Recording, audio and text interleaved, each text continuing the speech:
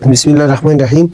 आज हम क्लास 9 का एक्सरसाइज 1.6 पढ़ेंगे, जिसमें हमें सिमल्टेनियस लीनियर इक्वेशन दिए हैं। सबसे पहले तो लीनियर इक्वेशन क्या होते हैं? वो इक्वेशन जिसमें वेरिएबल का पावर 1 हो, इनको लीनियर इक्वेशन कहते हैं। दूसरी बात, सिमल्टेनियस का क्या मतलब है? इस तरह के सवालात जिनका सोल्यूशन कॉमन हो, मतलब एक सोल्यूशन हो, इस सवाल का भी है और इस सवाल का भी है, यानी दोनों का एक ही सोल्यूशन है। ठीक, तो इस तरह के सवालात को हम सिमल्टेनियस इक्वेशन कहते हैं। अब इसका क्वेश्चन नंबर 1 है कि हमें एक सिस्टम दिया है, यानी दो इक्वेशन दिए हैं। कहता है कि इसको मैट्रिक्स फॉर्म में कन्वर्ट करें। तो मैट्रिक्स फॉर्म में हम कैसे कन्वर्ट कर सकते हैं? बहुत इजी है। अच्छा, मैट्रिक्स फॉर्म में कन्वर्ट करने के लिए इधर एक मैट्रिक्स बना लेते हैं और इस मैट्रिक्स में वो नंबर लिखते हैं जो इन वेरिएबल्स यानी एक्स वाई के सामने है। तो इस एक्स के सामने 1/2 है, y के सामने 7/2 है और x के सामने 1/5, y के सामने -3/5। अच्छा, ये जो सामने वाले नंबर है इनको कोएफिशिएंट कहते हैं। तो इस मैट्रिक्स को मैट्रिक्स ऑफ कोएफिशिएंट कहते हैं। अच्छा, फिर अगला एक कॉलम मैट्रिक्स बनाते हैं जिसमें इन इक्वेशंस की वेरिएबल लिखते हैं। तो इन इक्वेशन में सिर्फ दो वेरिएबल है, x और y, तो हम इसमें लिखेंगे। और अगला मैट्रिक्स बनाते हैं, इसमें राइट साइड वाले लिखते हैं। तो देखिए, ये एक सिस्टम था इक्वेशंस का, हमने क्या कर दिया, इसको मैट्रिक्स फॉर्म में कन्वर्ट कर दिया। अब इस तरह के सवालात को सॉल्व करने के हमारे पास दो मेथड्स हैं। एक है मैट्रिक्स इन्वर्जन मेथड और दूसरा मेथड है क्रेमर रूल। इन सवालात को सॉल्व करने के हमने 3 मेथड्स क्लास 8 में पढ़े थे, जो इक्वेटिंग कोएफिशिएंट था, क्रॉस मल्टीप्लिकेशन था, सब्स्टिट्यूशन मेथड था। दो मेथड्स अभी यहाँ पर पढ़ेंगे, मैट्रिक्स इन्वर्जन मेथड और क्रेमर रूल। तो इन मेथड्स की मदद से सवालात को कैसे हल कर सकते हैं? पहले इस इन्वर्जन मेथड को समझते हैं, फिर इसकी मदद से इस सवाल का सलूशन निकालते हैं, यानी एक्स वाई की वैल्यूज निकालेंगे। तो सबसे पहले इन्वर्जन मेथड को समझते हैं। इन्वर्जन मेथड क्या होती है? हमने अपने आप से एक सिस्टम ले लिया, तो इन्वर्जन मेथड का फार्मूला बनाएंगे। सबसे पहले इसको मैट्रिक्स फॉर्म में कन्वर्ट करेंगे। अच्छा, तो मैट्रिक्स फॉर्म में कैसे कन्वर्ट करते हैं? इनके कोएफिशिएंट को एक मैट्रिक्स में लिखते हैं, ए बी सी डी। इनके कोएफिशिएंट से एक मैट्रिक्स बना लिया और फिर इन वेरिएबल्स का एक मैट्रिक्स बनाते हैं, एक्स वाई, और राइट साइड वालों का एक मैट्रिक्स बना लेते हैं। अच्छा, इस मैट्रिक्स को हम ए का नाम देते हैं, कोएफिशिएंट के मैट्रिक्स को, और ये जो वेरिएबल्स का मैट्रिक्स है इसको बड़े एक्स का नाम देते हैं। जो राइट साइड वाले हैं इसको बी का नाम देते हैं। अब हमने एक्स मालूम करना है, तो एक्स से आपने ए इनवर्स को ख़त्म करना है। तो आपने दोनों अतराफ को ए के मल्टीप्लिकेटिव इनवर्स से मल्टीप्लाई करना है।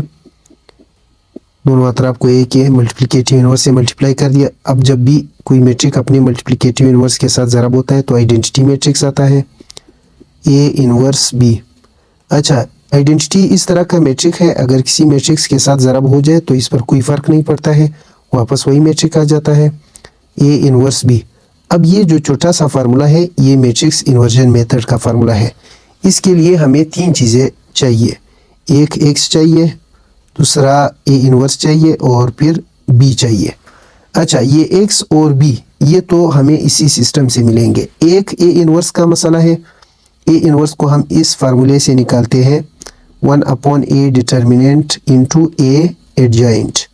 एक बात नोट करें, अगर ए का डिटर्मिनेंट जो है वो अगर 0 आया तो इस सिस्टम का फिर सोल्यूशन पॉसिबल नहीं है। अच्छा, अब सवाल उठाते हैं।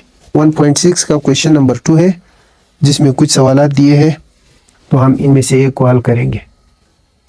क्वेश्चन नंबर 1 का एक पार्ट हमने उठा दिया, तो सबसे पहले इसको मैट्रिक्स फॉर्म में कन्वर्ट करेंगे। यहाँ पर एक मैट्रिक्स बना लेते हैं जिसमें x के कोएफिशिएंट, तो x के सामने 1 है। अच्छा, ये 1/2 x का कोएफिशिएंट, 1/3 y का कोएफिशिएंट, फिर इस x का कोएफिशिएंट 1 है और y का 1/6। यहाँ पर इसके साथ एक दूसरा मैट्रिक्स लिख लेते हैं जिसमें वेरिएबल लिखेंगे और राइट साइड वालों का मैट्रिक्स बनाते हैं। तो इस कोएफिशिएंट मैट्रिक्स को हम क्या नाम देते हैं? ए का नाम देते हैं। ए बराबर है 1/2, 1/3, 1, 1/6। ये वेरिएबल के मैट्रिक्स को हम एक्स का नाम देते हैं, बड़े एक्स का। राइट साइड वालों को b का नाम देते हैं 4 और 2। तो देखिए हमारे पास इन्वर्जन मेथड ये है, यहाँ पर एक्स भी मालूम, बी भी मालूम और ए इनवर्स मालूम नहीं है। तो ए इनवर्स के लिए सबसे पहले ए का डिटर्मिनेंट निकालते हैं। ए डिटर्मिनेंट 1/2, 1/3, 1/6। इन दोनों को मल्टीप्लाई करेंगे 1/2 और 1/6 तो ये 1/12 आ जाता है। फिर माइनस 1/2 और 1/3 और 1 को ज़रब करेंगे 1/3। अब 12 और 3 का एलसीएम 12 आता है। 12 से डिवाइड करेंगे 1 के साथ ज़रब, 12 3 से तो 4 1 के साथ ज़रब करेंगे। A determinant is equal to ये -3/12 आ जाता है। तो ये -1/4 आता है जो कि 0 के बराबर नहीं है। तो solution is possible, solution possible है, यानी हम हल निकाल सकते हैं। अब ए का एडजॉइंट निकालते हैं। A adjoint is equal to क्या करेंगे, ये जो ए का मैट्रिक्स है इन दोनों को इंटरचेंज करते हैं। ये 1/6, ये 1/2 इधर आती है। इन दोनों के साइन चेंज करेंगे, ये -1 और ये -1/3। ये ए का एडजॉइंट है। अब हमने ए का मल्टीप्लिकेटिव इनवर्स निकालना है। A inverse is equal to 1/a determinant into A adjoint. A inverse is equal to 1/a का डिटर्मिनेंट -1/4 है और ए का एडजॉइंट 1/6 -1/3, ये -1 और 1/2। अब इसको कैसे सोल्व कर सकते हैं, तो आते हैं 1/-1/4। तो इसको लिखेंगे 1 तक़सीम -1/4। तो ये 1 ज़रब -4/1, तो ये -4/1। इसको हम -4 सिर्फ लिखेंगे। तो ये देखिए ये -4 और ये क्या है 1/6 -1/3 -1/2।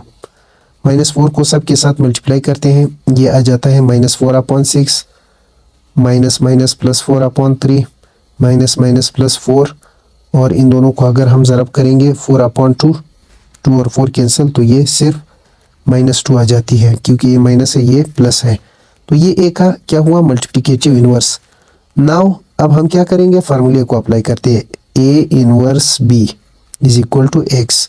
एक्स की जगह अपनी वैल्यू XY रखते हैं। ए इनवर्स की जगह अपना मैट्रिक्स 1/6, सॉरी ए इनवर्स की जगह -4/6 और यहाँ पर 4/3, 4 और ये 2। अब इन दोनों को ज़रब कर लेते हैं। बी की जगह पर अपना मैट्रिक्स लगा लेते हैं 4 और 2। अच्छा 4 4 16 और 2 2 ज़ार -4, ये -2 है। अच्छा तो -4 आ जाता है। अब ये 12, तो y की वैल्यू जो है वो 12 आती है।